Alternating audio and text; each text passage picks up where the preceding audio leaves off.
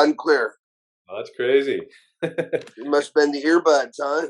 Good old technology, huh? It's good when it works, but fuck it if it doesn't. There you go, man. It's cool when it works, but yeah, I'm not good with that shit either. So Yeah, I've used those like half the time, and the other half I just use it straight up. So that's weird that that was the culprit. But how you feeling? You got COVID, huh? got COVID. Yeah, yeah. Is that Honestly, dude, I thought, because I went to Vegas last weekend for the Conor McGregor fight, yeah? and it was about Wednesday night, and I just kind of felt like shit. Excuse me. Sorry, I may have to do. That's the worst part. I got a sore throat. I thought I had strep throat. I was like grinding through the day anyways, and probably got like a million people, like a super spreader, should be, and then my buddy called me and he's like, dude, I got COVID. And I was like, what? Because I knew I was hanging out with him, so I immediately went down and got tested. Well, first they didn't have any appointments. I did an at-home test, passed that one. The whole thing was in Spanish though, so I probably did it wrong. The one up the nose. Yeah. It's like, instant results. They didn't tell me that there's no English instructions in the box. Yeah. I don't know if it was just the box I got, but dude, I looked. There's no English instructions. And so, anyways, I still think I did it right, and it didn't work. Because then I went into the Minute Clinic here at CVS and was tested, and tested positive. Wow. Yeah, so then now did you get vaccinated? Hell no.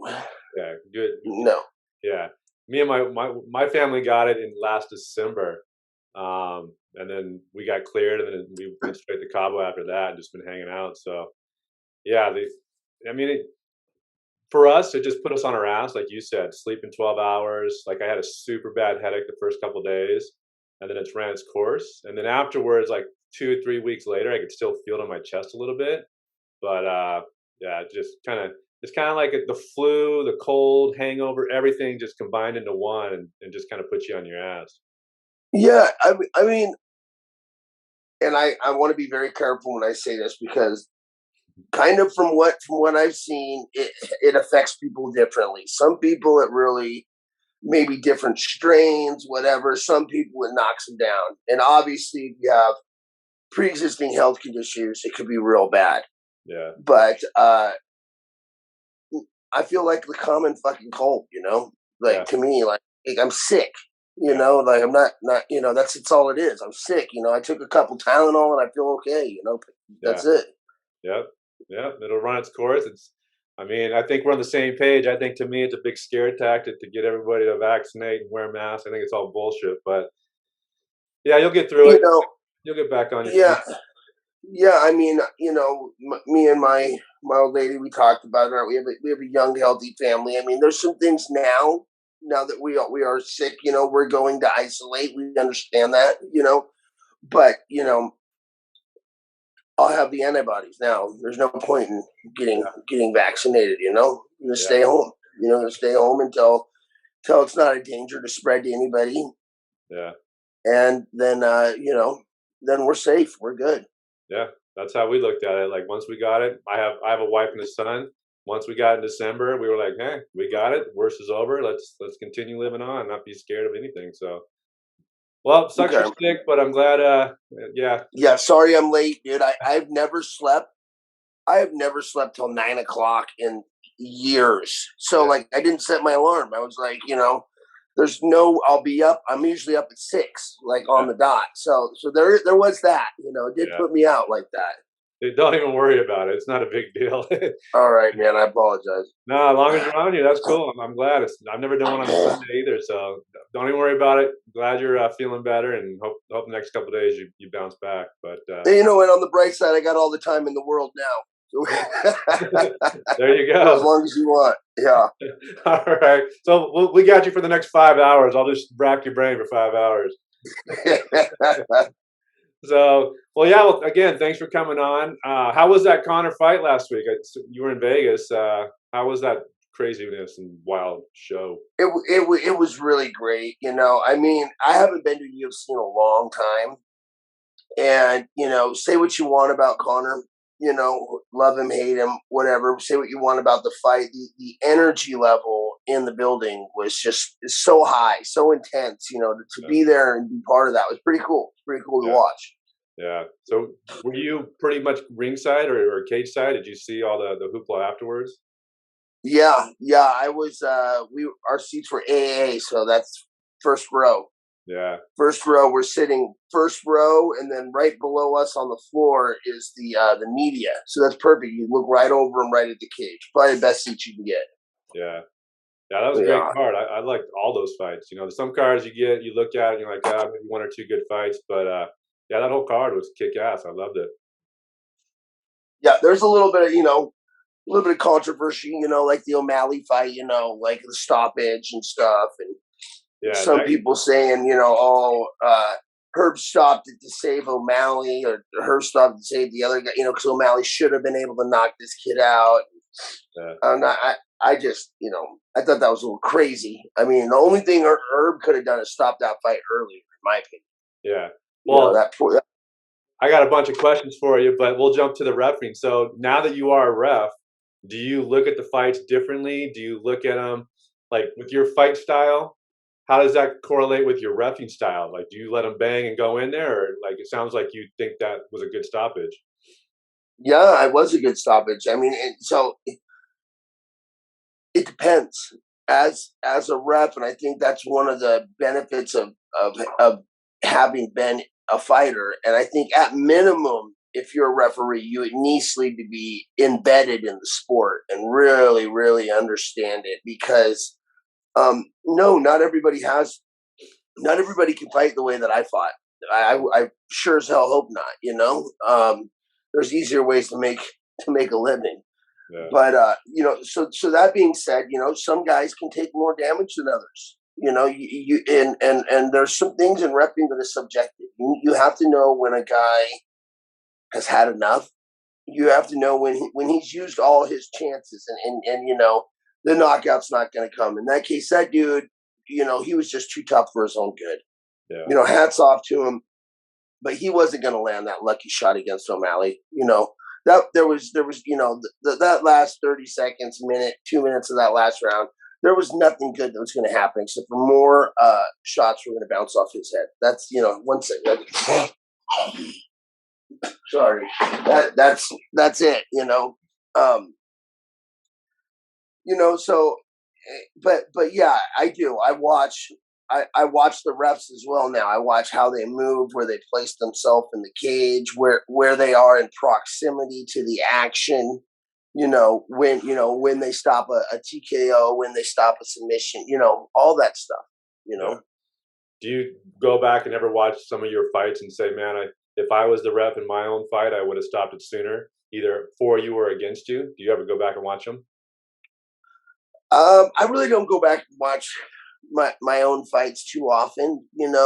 Sometimes I'll catch a clip here or there. Me getting knocked out by Anderson Silva seems to pop up all the time on my feed. How, I don't know, but that being said, there's plenty of fights for me to learn from than to watch my own. Yeah. Yeah. So how did you get into repping? Was it something that because you're in the sport and you're so involved in it that it came to you? Did they come to you and look for you, or did you pursue it? I pursued it.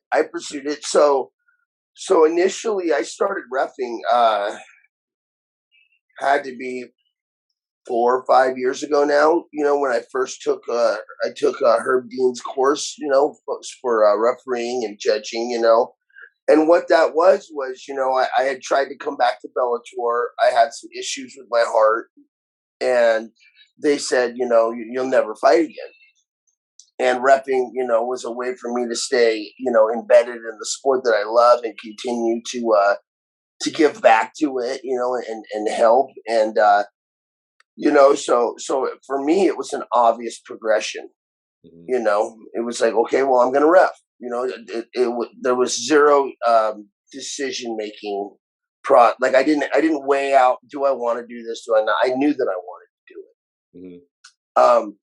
You know, and then ultimately some things changed. I was able to get some bare knuckle fights later down the road, but really my goal, you know, today is to excel as a ref. You know, fighting I think is behind me now at this point. You know, and the focus is on the refereeing.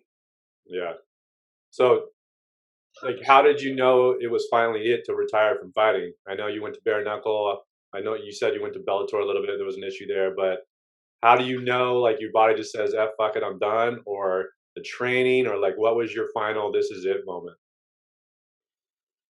You know, I enjoy the getting ready, the training camp, the camaraderie at the gym, the working and developing my skills. You know, I still enjoy that. Hmm. My family, on the other hand, probably does not enjoy training camp as much as I do because I'm hungry, I'm tired, I have no time for anything else. You know, a lot of my work, my teaching, my private lessons have to get put to the side. You know, then a lot of times fights fall through, this and that. You know, then you know, I'm a couple days I'll be 41 years old. You know, I know that, you know, I have done everything in this sport that more or less that I set out to do, you know, and you know I'm at the point now where I'm not getting faster and sharper. You know, I'm slowing down. I'm slowing down. I'm in my 40s. And don't get me wrong. You know, I continue. I plan on continuing to train on a daily basis. You know, until I can't walk anymore. You know, that's just the way I am. But as far as high level competition goes, you know, there's no point in just hanging around past your prime. You know, Yeah. especially you know now if I was making you know life changing money, yeah, maybe that would be a little bit different story. But you know, I'm not. I mean, I made pretty good money with the bare knuckle, but it's not life changing money. And and because of that, it kind of sidelines my track for my future and my life is what I want to do. You know, focusing on the refing, opening my own gym, coaching, all these other things get sidelined. When you're in training camp, everything else gets sidelined. Yeah. What do you feel about like Misha Tate, Uriah Faber, like retiring, especially like Misha coming back after 5 years? Do you think it's just because they think they have one more in them, or I think she's pretty young though. I think she's 34. But what do you think about these guys coming back out of retirement? Well, she looked good last night, Yeah, so I guess then great. Uriah Faber didn't look good, so I guess that's not too good. You know, that's not too good. yeah, But it all depends on who you fight and if you win or not. You know, that's it. I mean, that's what everybody will say. They'll look at you know. Doesn't matter who you're matched up against. You get a win, you get a win, you get a W or an L. You know. Um, I mean, Misha had a couple kids. You know what I mean, and you know she kind of stepped away to be a mom, and she was the world champion. She was a you know, and I know that she trains hard. You know, so I think absolutely, if she wants to, she's got a few more years in her. You know, if that's what she wants. You know, she's talking about going after the belt last night. Now, I don't know if you know the level of the girls in particular in the last 5 years has gone up astronomically. You know, I mean, she fought a girl that was on her way out already. yeah, Some of these girls that are just getting in, they're scary. It's a different level, you know. yeah, So, you know, but you know, if she wants to go for it, absolutely, she should be able to. You know, just let's see what she does. yeah. Is there anybody in your career that you didn't fight that you wish you would have gone and been able to fight? You know, and I fought just about everybody Yeah, in the middleweight division during my UFC run. Um, couple rematches, I suppose. You know, yeah, but you know how that goes. You know, a rematch with Josh. Anytime you lose, you want to rematch that fight. You know, yeah. but That's that. That being said, not right now. I don't think so. There's no aches that I'm aching to fight somebody now. Yeah. Yeah. So, how did you get the name the Crippler? So, excuse me. I had multiple names initially, coming up. Red Terror, I think, was one. And, then after the Ultimate Fighter, they were calling me the Cat Smasher for the first couple of UFCs because I got loaded and I was telling them I smash cats, and somehow that turned into the Cat Smasher. Then one day, I walked out and they the Goldberg called me. He goes the crippler, Chris Leben, and on the commentary, and that was it. It stuck. It stuck with you Don't for a know whole where. career. Don't know. Maybe the UFC said, "Listen, just call him the crippler. We can't be calling this kid the Cat Smasher anymore." Yeah, that's a bad PR move calling him the Cat Smasher. Yeah. So Yeah. yeah. So how did you end up getting on that Ultimate Fighter? You were the very first season, what, in 2005? Yeah. Yeah. Well, it helped that my coach was Randy Couture. And Randy, and it was the Randy Chuck season was that first season. So he was your So coach Randy was, before you went in there? yeah, Oh, okay. yeah. I started out at Team Quest up in Portland, Oregon, and Randy was my coach, and he didn't say much. He said, "Listen," he said, "you're going to, I want to bring in a camera. I want you to film for a couple minutes and send it in to these people." I said, "Okay, Randy." So that's what we did. I don't even remember what I said in the gym. Filmed something in Team Quest, sent it in. Fast forward down the road, I got this thing saying, "Hey, we want you to come out, fly down to Vegas and try out for the show." So I flew down to Vegas, and the first test was they put you in a room in front of a camera, nobody else in the rooms, and they said, just talk for 5 minutes about why you should be on the show. Well, apparently, 23-year-old Chris Leben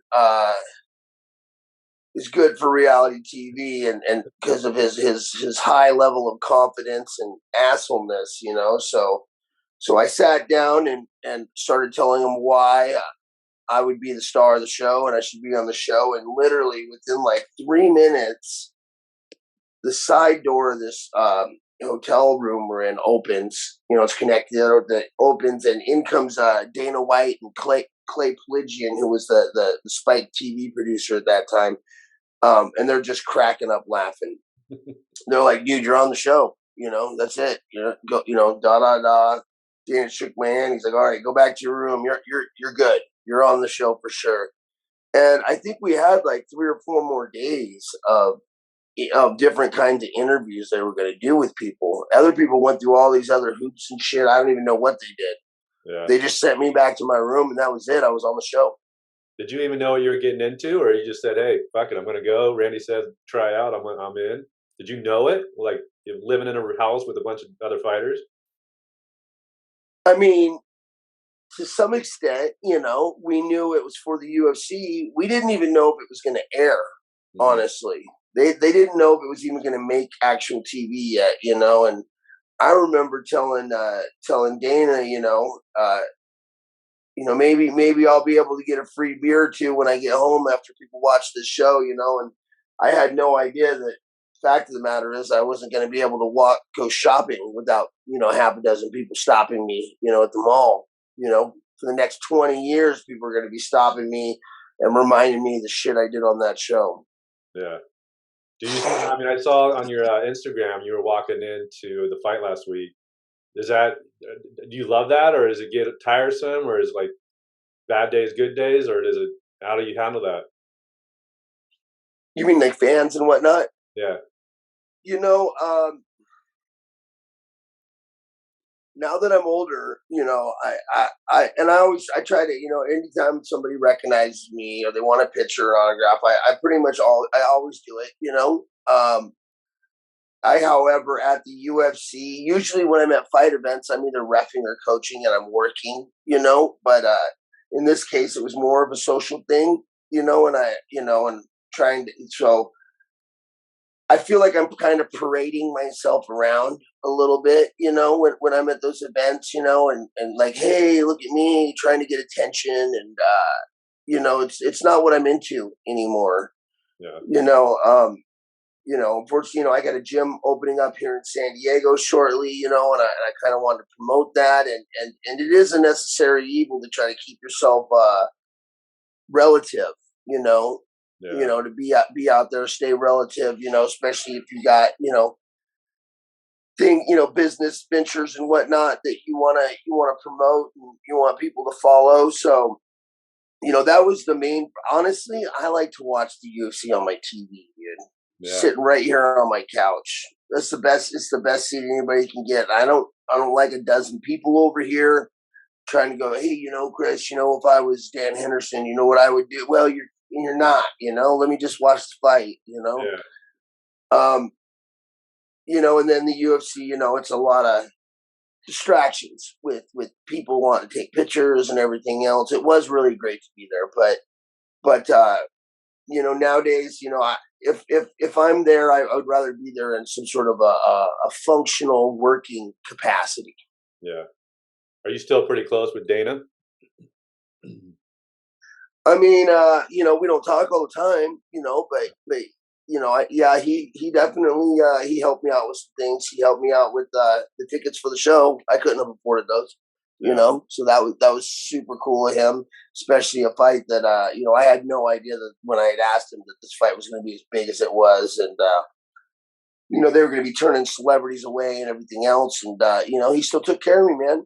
So the hats off to him for that, and then. I ran into him at a Italian food place in the area, and he's going to hopefully help me get some stuff taken care of with the Nevada State Athletic Commission, so you see me reffing out there as well, so Yeah. so yeah, he's a good dude as long as you're on his good side. Yeah. Do you ever see any of the cast from that season one? You see them or talk to them? You guys had a reunion show, didn't you? We had a reunion like God, it had to be like 2 years ago now. Yeah. So it's been a little bit. Saw everybody. Everybody was there except for Koscheck and Logan Kincaid. Uh, um, but yeah, some of them I talk to every once in a while. I was talking to Stephen Bonner, here and there. I run into guys. We talk. I did Mike Swick's podcast not too long ago. But everybody's doing their thing, man. Good for them. Yeah. It's weird. Do you watch the newer one? I think there's a new season now, but with Brian Ortega. Yeah, I mean, I heard about it. I haven't seen Yeah. it, but Yeah. I used to watch him like probably 1 through 10, and then it kind of just I got you can only see so much of the guys in the house doing the same thing and then fighting but yeah, yeah, it was a great show. I mean, I like the old Spike days. I don't know what channel it's on now, but the old Spike days were awesome. yeah. For me, it's like having been on the show, and then every day of my life I'm in a gym, training guys, and to go home and watch the Ultimate Fighter is like kind of like a mailman taking a walk. It's his day off, so he's gonna go out for a walk. That doesn't make any fucking sense. So Yeah. so a lot of I watch when it comes to fighting. Nowadays I watch. I like to wait until like right after the fight's over so I can fast forward and just watch the fights that I want to watch, and I can fast forward the in between rounds. If there's Yeah. somebody that's doing something that I like, there's some new techniques being used. I like to watch those. Um, I also try to follow high level jujitsu, and then I'm a fan of boxing too, so I watch a lot of boxing, and that takes up quite a bit of time to try to stay current and all that. I mean, there's some UFC fans out there, man. I can't believe they watch every single fight. They know every dude's life story. They know my career better than I do. Yeah. It's crazy. Yeah. Do you do any jiu-jitsu tournaments now? Well, I want to. I want to. I haven't had because I was doing the bare knuckle stuff, so I haven't had the opportunity to compete as a black belt yet. And I've had my black belt now for almost 2 years. So, my plan is hopefully, I'll be able to do Master Worlds this year. This Yeah. year is my plan at least. But with the new gym and that's taken up a ton of my time and stuff, it's hard to get that regular training schedule pinned down. Yeah. I need to be able to be rolling with tough guys, regular to get ready. Not rolling, not doing just a private with one of my students. So I don't like to do anything unless I'm prepped and ready. I'm not one of those guys that'll just jump in when I'm only at 50%. So that's kind of been slowing me down a little bit. You managed to escape, I think I read somewhere, with no surgeries. Like how I'm 46 and when I roll now, something's always getting torqued or tweaked and I'm on the shelf for 2 weeks. But you managed to stay pretty healthy during your career, correct? During my career, Yeah. yes, yeah, So yeah. like bowling and all that, you can hang in there pretty. I mean, for me, I'm like I had a kid the other day scrambling around and my knee pop, or my ankle popped. I was like, oh shit, man, I'm falling apart piece by piece, and I didn't have nearly as much fighting as you did. How are you staying healthy? Um, well, I think nowadays it's not that I don't need the surgeries. It's just that I don't get them. Yeah, I had carpal tunnel in both hands, and they want to replace a vertebrae in my neck right now. But but other than that, I'm pretty good. I'm pretty good. You learn like there's just certain ways my body don't move anymore. And I've learned to compensate for it. So, for example, I went into physical therapy, man, and that about killed me. They wanted me to do all this stuff, and I'm like, and I didn't think I was that bad. If I need to look over this shoulder, I just turn and look. But they're like, no, you can't move your shoulders. And I'm like, wait, what? Like, I just get used to it. You get yeah, used to working your way around that defect, and then pretty soon you've got a route that works just as good. yeah. I'm going to neck physical therapy right now because looking at my blind spot, I'm like, oh, like that hurts, and I pinched a nerve or something. It's like, man, it's not rolling or fighting or sparring. It's the back of my truck came down on my head. And I'm like, out of all the things that I do, a truck beats me up and now I'm in physical therapy because of this. Oh Uh, no, compressed it, huh? yeah, I mean, it hurts. It's bad. And I've done jujitsu for a while and nothing like I cranked on and all that shit, but the freaking truck coming down on my head. It wasn't even so much hitting it. It was me trying to get out of the way of it and that jerking and it just, I don't know, getting old, a motherfucker. How did the how did the truck come down on your head? So I have an SUV. So when I pop it open and I grab me and my son go surfing all the time, it censored that I wasn't there and so it started coming down. And so I saw it and heard it. So when it just touched my head, I jerked, and that jerk made something pinch or something, and it's not right. So I'm going to physical Oh, therapy. the tailgate. Yeah, yeah, yeah, yeah. Like on the Oh, SUV where the thing comes back up and you yeah, got like yeah, yeah, yeah, yeah. so it's on a sensor, and I don't know why I thought I was not there, but it started coming down. And it didn't hit me hard, but my jerking movement of trying to get out of the way of it just like a zinger, man. It just like felt like electrodes on my neck and just zap. Oh yeah, you got a Oh, stinger. yeah, it's fun. Like little stupid shit now, like doing the dishes, turning my knee wrong. I'm like, oh, it's gonna pop, and I gotta pop it back in. And my Yep. shoulder, I mean, I've had shoulder surgery, frozen shoulder, and it's like I want to roll more, but now I'm more nervous and more cautious, and I don't want to fight like that because I don't want to be worried about shit when I'm on the ground. So I'm gonna go tomorrow. And I just told my trainer I just want to do stand up. I want to box. I don't want to get on the ground. I don't want to kick because I'm falling apart piece by piece. I can still box, but everything else Okay. is starting to go. Yeah. Well, you just do what you can, man. That's the Yeah, trick. My boxing coach told me years ago, just because one car on the train breaks down, you don't stop the whole train. yeah, That's kind of the way I look at it. So if I'm rolling and something's fucked up, I look at it as a handicap. Like, okay, well now I got to make sure to protect this, and yeah, I'm gonna go just for this, specific submission or whatever. That way I'm still progressing. At least yeah, that's kind of the way I go about it. yeah. Were there any guys in your UFC career or bare knuckle that you got nervous before a fight, or you just walked into them all like, "Fuck it, I'm going in there to win"? And was there anybody that kind of gave you the "Hey, I'm a little nervous on this guy"?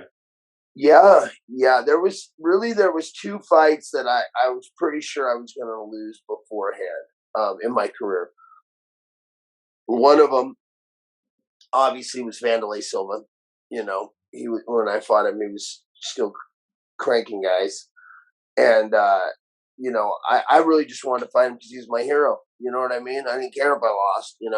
Yeah, But I was pretty freaking scared about that one. And another one was before I got into the UFC was this kid named Benji Raddick. And Benji, I think he fought in the UFC a couple times. High level fighter, really good wrestler. Um, out of the Northwest, and he used to come in and train at Team Quest with us sometimes, and he'd just kick the shit out of me in practice. He beat up everybody. And then, you know, Matt Limlin lined me up to fight him for the main event, a sport fight, which was his pro show up there in Oregon. And so, yeah, I thought I was going to lose, and pretty much the fight went the way I expected it, at least for 2.5 rounds. He just kicked the shit out of me. And then, landed that crazy lucky shot, broke his jaw, ended up winning. yeah, But, yeah, no, those two, I was scared a little bit, and I thought I was going to lose. yeah. Which person that you fought? I mean, I know you fought Vanderlei and stuff, but who hit you the hardest that you can remember? Like, oh shit, that hurt. Like in the middle of a fight.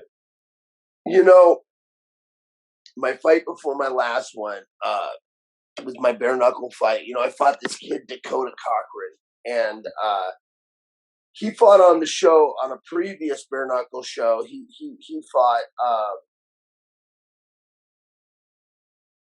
Johnny Hendricks.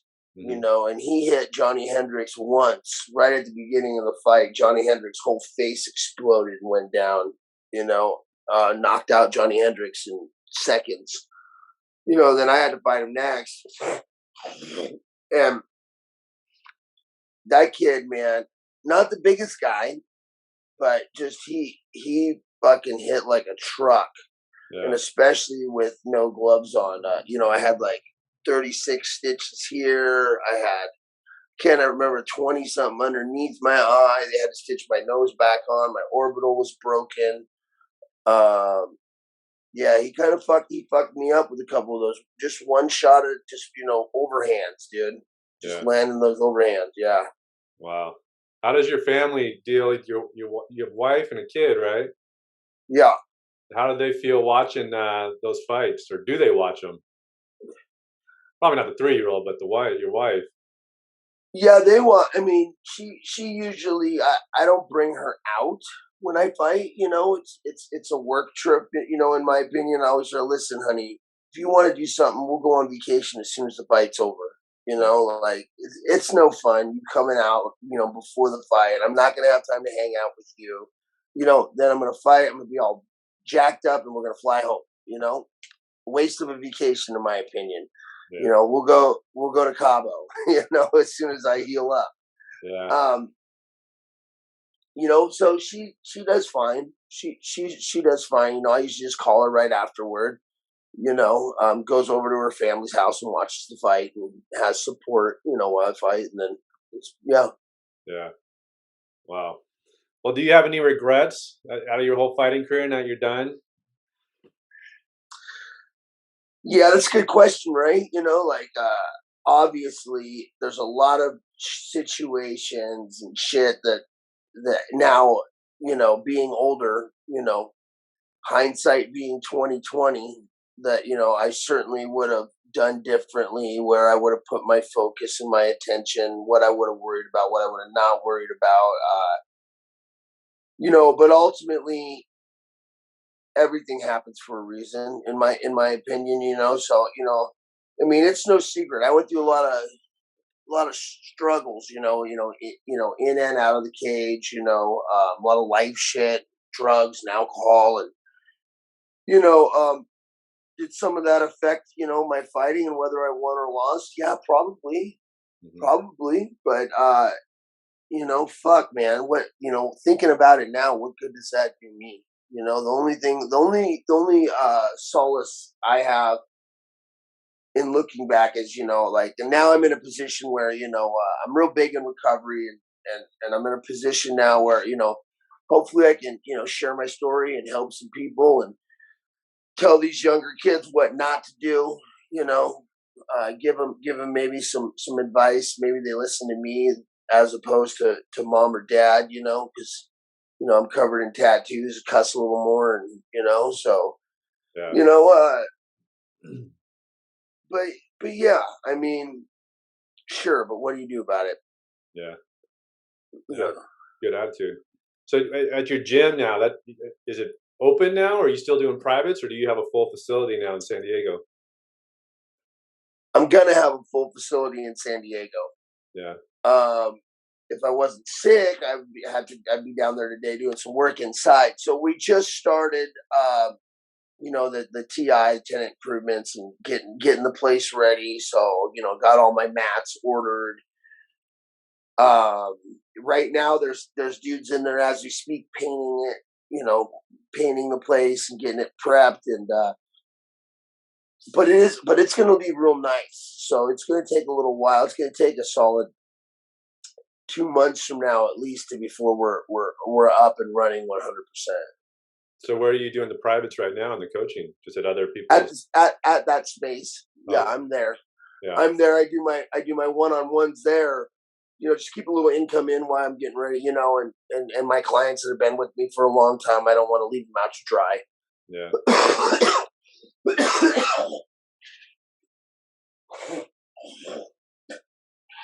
Sorry, COVID.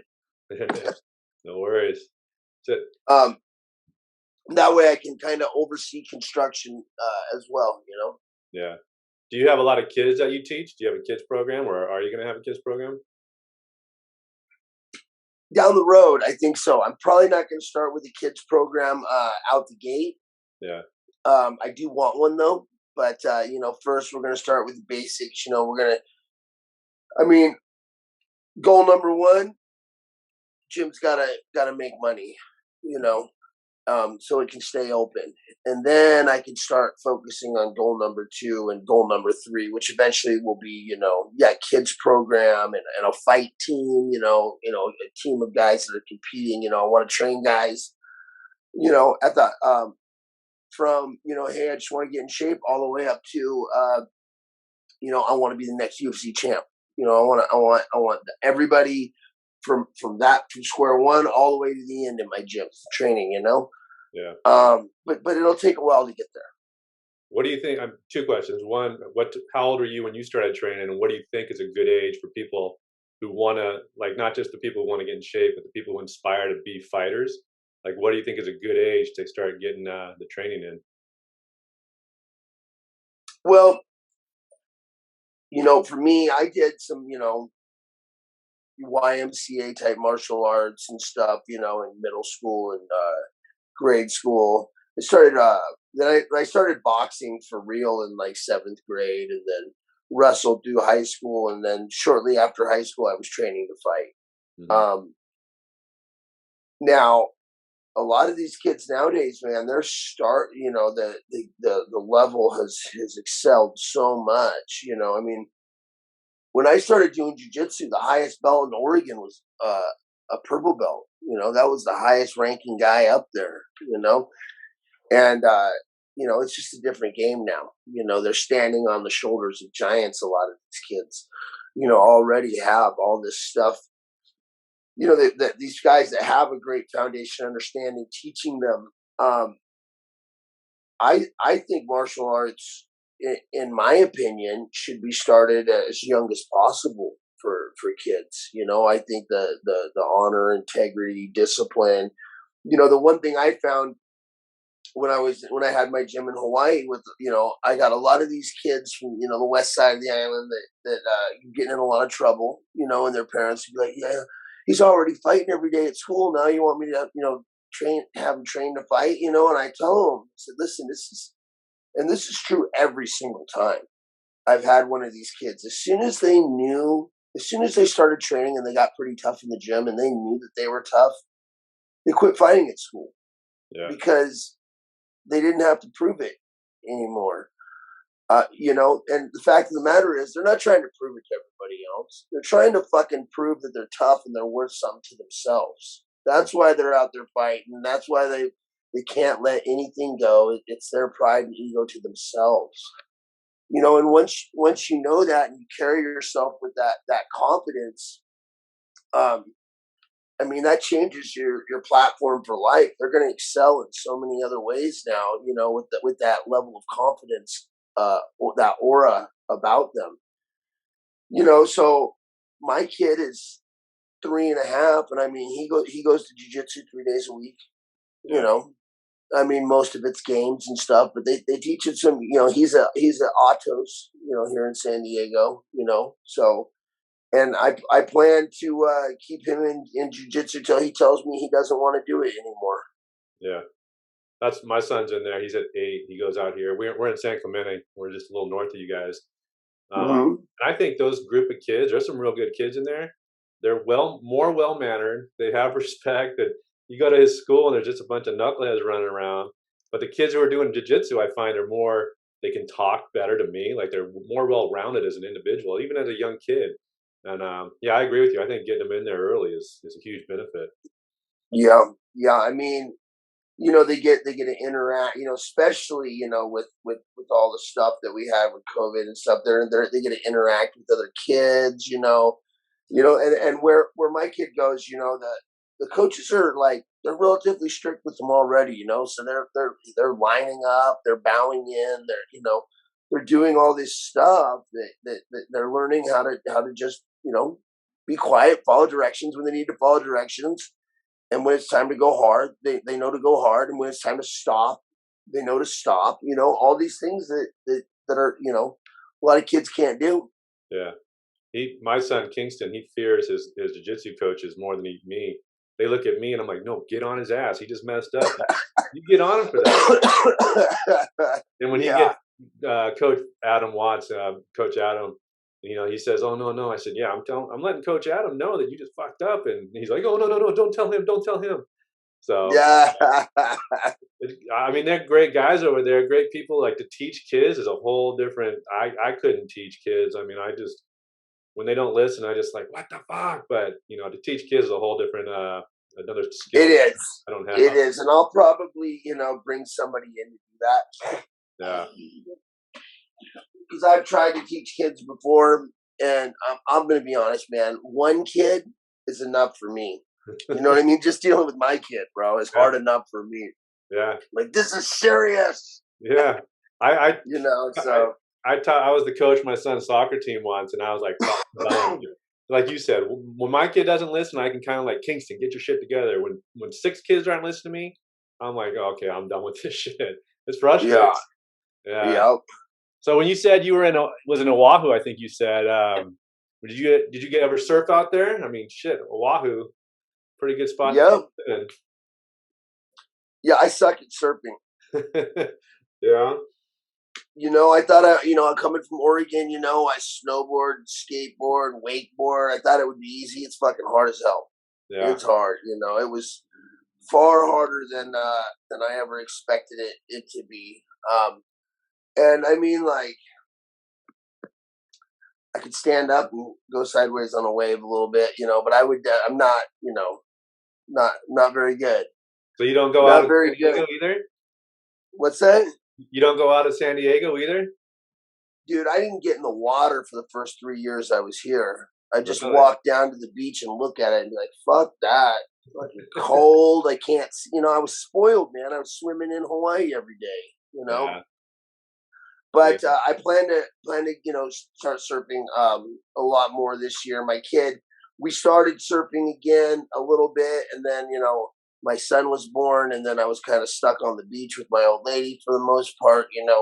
It's just I got a lot of friends, and that's all they do. Yeah. So they keep trying to drag me out. So um, it's just Sure. scheduling. You gotta make time for the things you want for yourself. And that's one of the things I need to make time for. Yeah. Well, those are Yeah. my passions, fighting and surfing. So it's like I always judge my injuries on if I have to get out of the water. Like if it won't let me surf, then I'm like, damn it, this is something serious. So It's serious. yeah. But I saw on your social media the other day, everybody's doing it, everybody's talking about him, but Jake Paul. So would you get in there with them and box him? Of course I would, man. Shit, I've been fighting for how long? You Yeah, know, $500,000, something like that, life changing money. yeah, yeah, Fight some, dipshit. decent amateur boxer at best. Yeah. You know what I mean? Like, but Did you get a reaction or anything? what's that? Did you get a reaction? Did he respond, or did anybody come at you with it? They were betting on who he was going to fight next for a while, and I was, I think I was in the top five. Hmm. But dude, come on, he's not stupid. The people behind him aren't dumb. I Yeah, mean, Ben Askren, obviously, he fought the worst striker in MMA history. yeah, Now he's fighting Tyrone Woodley, who's, not known as a striker either, but, yeah, he doesn't want to fight somebody known for hitting hard, yeah, you know, and that's this much older than him, and it's just it's a lose for him. And in all honesty, my hat's off to the kid there. Him and his brother's ability to promote themselves, yeah, and turn social media into actual dollars. What they've done, uh, hats off to them. yeah, And then on the other side of that, as far as combat sports goes, a lot of people think it's shameful, this and that. It's a spectacle. Well, yeah, but it's also bringing a lot of eyes to the sport that weren't here before. yeah, It is growing our sport. Is it the right way or the wrong way? yeah, I don't know. It's just the way it is. It's just like how MMA has evolved. A lot of people are like, these guys are only fighting to squeak out a victory nowadays. Guys aren't going out there and going, and I mean, yeah, but the sport has evolved. What are you going to do? These guys got to fight smarter now. It is what maybe you like it, maybe you reminisce about the old days, but times change, man, and we are in the history right now of these big celebrity boxing spectacles. This is going to continue on for a while, I yeah. I agree. I agree. think. Excuse me. I Again, respect sorry. both their hustles, the Paul brothers, like Logan and Jake, whatever.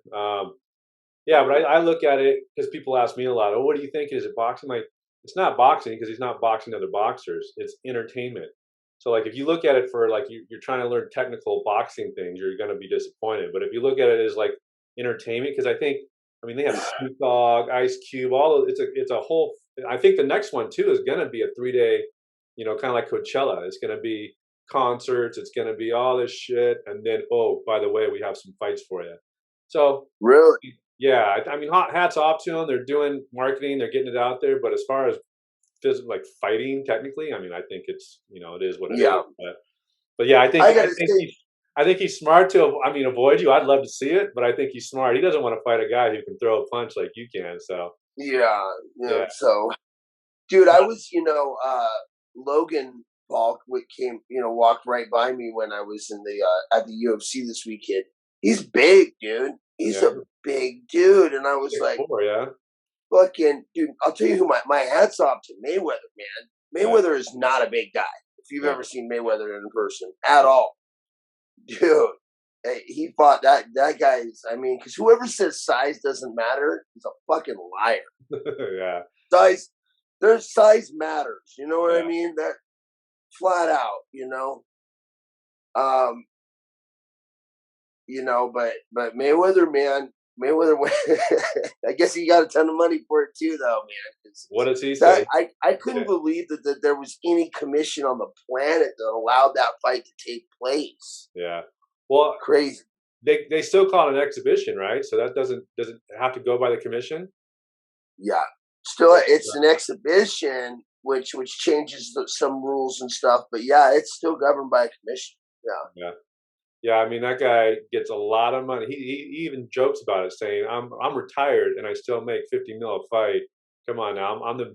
He said something like, "I'm the smartest bank robber in the world" or something. Like, he just going in Yeah, check. yeah. Yeah, He called it that. Yeah, he called it a bank robbery, and that's basically yeah, what it was. yeah. So yeah, I don't know, but I heard one of your interviews. I heard you say that Chael Sonnen told us, paid you some money to tell a story. Um, Is that I was cracking up over that. And you said you had some great stories of like the Saturday night after or the Sunday after fight night. Like you have one of those great stories for us that one of those maybe that you haven't told yet, or one of those ones that are. What great story? Well, I mean, yeah. What do you? What kind of story you want me to tell you? Well, I know one you woke up in the middle of the desert with two pennies, a bottle of vodka, and a bus rode by, and you jumped on it. All right, here I'll tell you one. I'll tell Okay. you one. This was after I fought. We're doing after fight story. This is after I fought Anderson Silva. So I got knocked out pretty freaking bad by Anderson Silva. If anybody doesn't remember, he kneed me in the face, and you know. Um. So then I went out and I got went out partied, got drunk. And the next morning, I was so drunk I rolled out of my bed, and when I fell, I hit my eye on the corner of the nightstand, and literally, dude, it gave me the worst fucking black eye I've ever had in my whole life. So it's this big. So now I'm walking around Las Vegas on Sunday, and I got the fucking Brista at Starbucks, the waiter at my restaurant, all of them watched the fight last night, and they know that I lost, so they're going, so how'd you what happened to your eye? How'd your and I'm telling them, well, I hit my eye on my nightstand, and then everybody's just like this fucking giving me this look like, you fucking liar, bro. And so it was one of the most frustrating things, to try to explain to people that the black eye was from my nightstand, not from getting kneed in the face. but that was one after fight story. Yeah. Yeah. Sure. Yeah. Well, did anybody ever believe you, or they're just like, yeah, bullshit? That was Anderson. No, nobody fucking believed me, but nobody was ever ballsy enough to call me out on it. You know what I mean? So it made it almost worse. They'd be, oh yeah, okay, right, dude. And then they just walk away, and I'd be like, God, dude, made me so mad. The old nightstand story. Yeah, sure. Yeah, yeah. Yeah. Well, hey, Chris, I appreciate you coming on. I'm sorry you got COVID and all that, but I really do appreciate your time here. I know you have a new website. You want to tell people what that is? Yeah, so it's up. It's up. There's some stuff on there. It's going to get a lot better. It's just www.chrisleben.com. Especially if anybody's interested in my new gym here in San Diego, we're going to have updates posted on there. There's an email list you can sign up for, and then just, stay in contact with me on, Instagram and Twitter and everything else if you want to know the newest stuff that's going on. Okay. Well, I know you said you had a birthday coming up, so happy birthday. Thank you. I hope you can get out of the house with this COVID. I don't know, 14 days or whatever they want you to do, but oh shit! You just reminded me. Fuck! There goes my birthday. I didn't even think about that. Yeah. When's your birthday? Is it coming up this week? Yeah. Wednesday. Wednesday. So maybe I'll edit. I'm out of luck. I'll edit some of this out so we don't know you have COVID. So if they see you out and about for your birthday, they won't know. There you go. There you go. All right, brother. Well, thank you coming on. I Cool. appreciate it, and hope you feel better. All right, man. Thank you. Have a good one. Thanks, brother. See ya. Bye.